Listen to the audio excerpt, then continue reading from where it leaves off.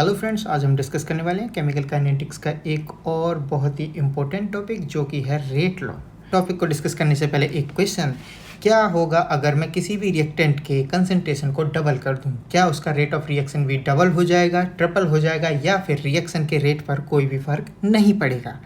इसी चीज़ का आंसर हमको मिलता है रेट लॉ से। इसकी डेफिनेशन है the rate law equation express how rate of reaction depends on the concentration of the reactant.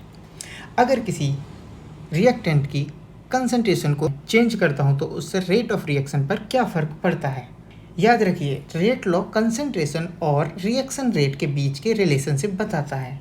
अब मान लीजिए एक रिएक्शन है A plus BV gives product,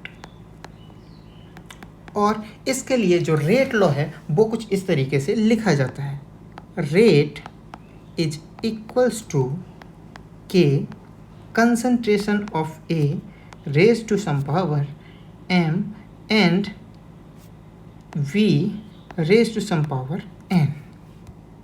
यही हमारी रेट लॉ के अकॉर्डिंग इस रिएक्शन के लिए इक्वेशन है।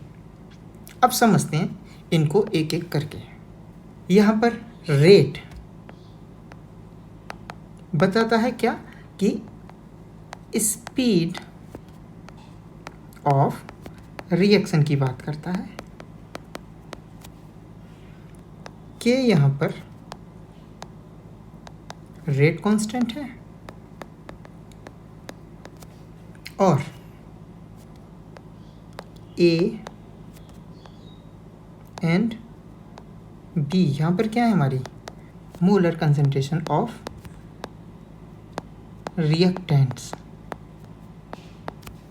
बात करते हैं M एंड N की, तो ये हमारे ऑर्डर ऑफ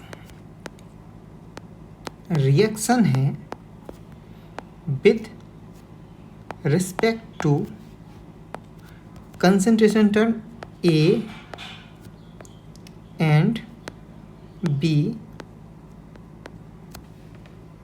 यहाँ एक बहुत इम्पोर्टेंट बात ये है कि ये जो वैल्यू है हमारी M एंड N की, ये डू नॉट कम फ्रॉम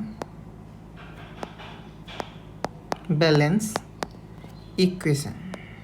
ठीक है, ये हमें बैलेंस इक्वेशन से नहीं मिलती हैं। ये कैसे मिलती हैं?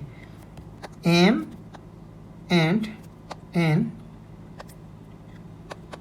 Determined experimentally. कैसे आती हैं? हमेशा एक्सपेरिमेंटली आती हैं। ठीक है, याद रखना है चीज़ को। अब यहाँ पर बात करते हैं किसकी, हम over all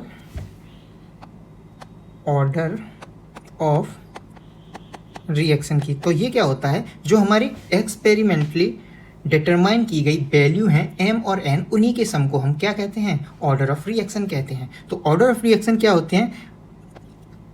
addition of power in rate law. ठीक है, that is M plus N is equal to order of reaction. ठीक है,